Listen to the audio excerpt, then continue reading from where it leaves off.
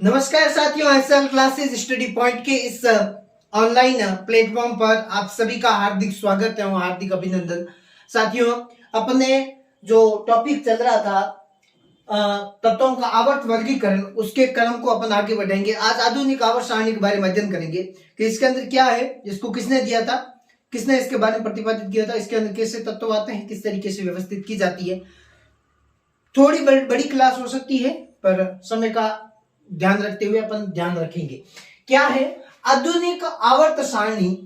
British वैज्ञानिक था British वैज्ञानिक मोर्सले, ये इंपॉर्टेंट है, ब्रिटिश वैज्ञानिक मोर्सले द्वारा इसको प्रस्तुत किया गया। ब्रिटिश वैज्ञानिक मोर्सले ने आधुनिक आवर्त सारणी की खोज की।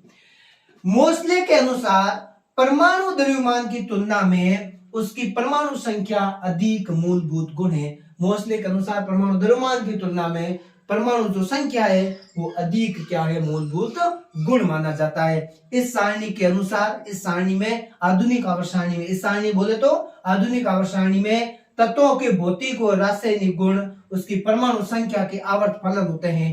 तत्वों के भौतिक और रासायनिक गुण उसकी परमाणु संख्या के आवर्त फलन होते हैं। मतलब इसकी परमाणु संख्या के आधार पर इसको आवर्त फलन के रूप में व्यवस्थित किया गया। मतलब मोर्सले ने परमाणु द्रव्यमान के ऊपर जोर न देकर परमाणु संख्या के ऊपर ज्यादा जोर दिया गया और परमाणु संख्या के आधार पर इसने क्या किया, इस सारणी को व्यवस्थित क्रम में आगे बढ़ाया। तत्वों के भौतिक और रासायनिक गुण उसकी परमाणु संख्या के आवर्त फलन होते हैं, परमाणु संख्या के आवर्त स्तर होते हैं।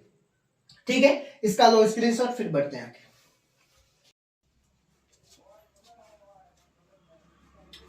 चलो देखो साथियों, आगे देखना।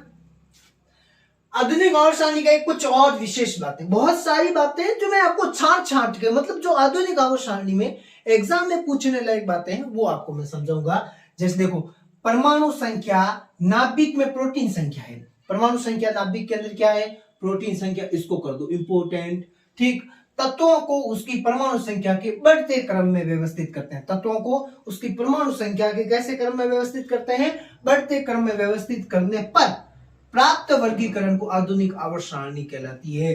तत्व है उसको परमाणु संख्या के बढ़ते क्रम में व्यवस्थित करने पर प्राप्त जो वर्गीकरण प्राप्त होगा उसको अपन क्या कहते हैं, आवर्त सारणी कहते हैं। क्या कहते हैं, आवर्त सारणी कहते हैं। इसमें ऊर्ध्वाधर स्तंभ होते हैं, उसको समूह कहते हैं। ऊर्ध्वाधर का मतलब ऊपर से नीचे की तरफ, ठीक है, ऊर्ध्वाधर का मतलब ऊपर से नीचे की तरफ जो समूह का जो स्तंभ होते हैं उसको, उसके कितने होते हैं, 18 होते हैं। इंपोर्टेंट कर लो, ठीक है, और इसको भी इंपोर्टेंट कर लो, ये दोनों इंपोर्टेंट। 18 ऊर्ध्व स्तंभ होता है जिसको समूह कहते हैं। 7 क्षैतिज पंक्तियां होती है, इस तरीके से होती है, जिसको क्या कहते हैं, आवर्त कहते हैं। मतलब ये जो आवर्त सारणी है वो इस तरीके से बनती है,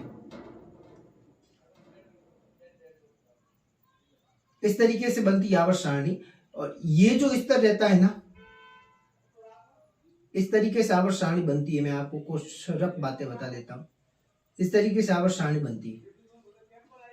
ठीक है, अब देखो ये वाली जो पंक्तियां ना, यहां से इधर की तरफ, इसको अपन क्या कहते हैं, समूह कहते हैं। क्या कहते हैं, सॉरी, आवर्त कहते हैं। क्या कहते हैं, आवर्त कहते हैं। और ऊपर से नीचे की तरफ ये वाला जो स्तंभ रहता है, इसको नीचे की तरफ, इसको अपन क्या कहते हैं, समूह कहते हैं। क्या कहते हैं, समूह कहते हैं। ये कितने होते हैं, 18 होते हैं। कितने होते हैं, 18 समूह होते हैं। ठीक है, उसके बाद में किसी आवर्त में बाएं से दाएं जाने पर, किसी भी आवर्त में बाएं से दाएं की तरफ जाने पर, बाएं से दाएं की तरफ, इधर से इधर की तरफ जाने पर यदि परमाणु संख्या इकाई में वृद्धि होती है, परमाणु संख्या इकाई में क्या होती है, वृद्धि होती है, तो संयोजी इलेक्ट्रॉन की संख्या में भी वृद्धि होगी।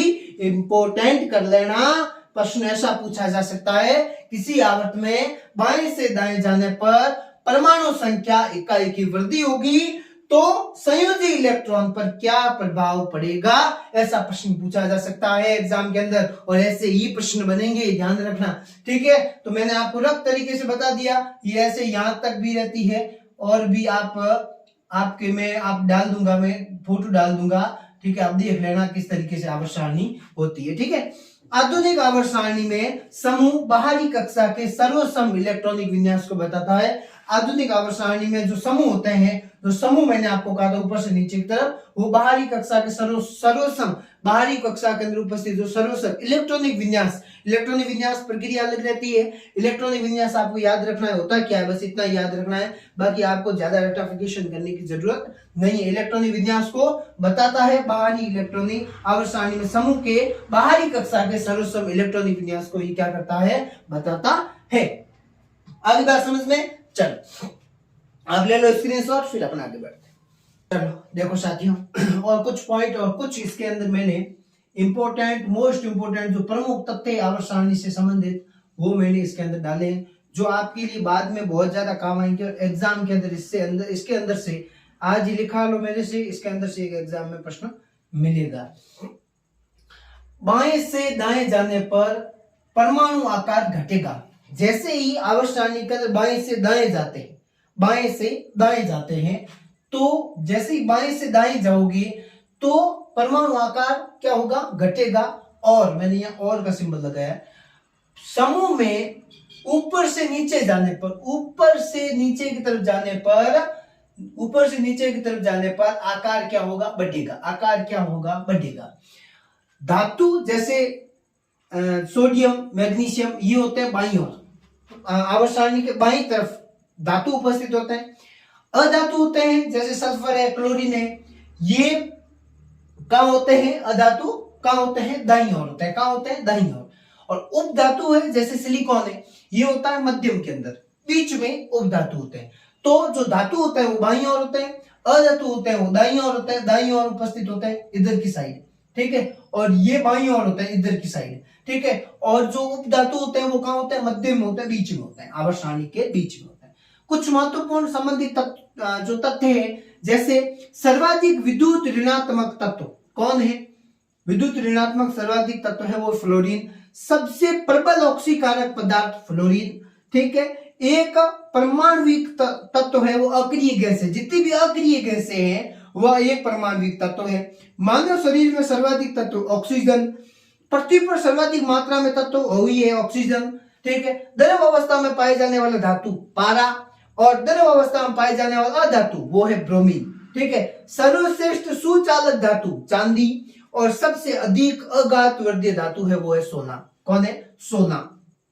हड्डियों व दांतों को निर्माण करने वाला तत्व है वो कैल्शियम है। ये इंपॉर्टेंट कर लेना, एग्जाम के अंदर पूछा जा सकता है ये, क्योंकि बायोलॉजी का भी प्रश्न है और रसायन विज्ञान के भी प्रश्न है, केमिस्ट्री का भी और बायोलॉजी दोनों का है। तो ये बहुत अच्छे से मैंने तत्वों का आवर्त वर्गीकरण, मैंने मेरी पूरी एकदम एफर्ट लगा दी, पूरी जान लगा दी इन 2 क्लासों के अंदर। आज की क्लास थोड़ी बड़ी हुई होगी, ठीक है, बड़ी हुई होगी, पर आप लोग सहन कर लेना, क्योंकि मैंने पूरी कोशिश की है कि पूरी आवर्त, इससे बाहर आपको नहीं मिलेगा प्रश्न, ये मैं वादा कर रहा हूं ना आपसे, इससे बाहर आपको प्रश्न नहीं मिलेगा। ईमानदारी के साथ में पढ़ने की कोशिश करना, ईमानदारी के साथ में तैयारी करना। और कुछ बातें होगी तो अपने टेलीग्राम चैनल ऊपर लिंक दी हुई है, जुड़ जाओ, इसके अंदर मैं आपको बात बता दूंगा, और कुछ भी बात होगी तो उसके अंदर अपन डिस्कस कर लेंगे, ठीक है साथियों। तो मिलते हैं नए टॉपिक के साथ में। अभी सोमवार को क्लास मिलेगी, और सोमवार को क्लास में आपको बायोलॉजी का स्टार्ट करवाऊंगा, पूरी कोशिश और जान डाल दूंगा।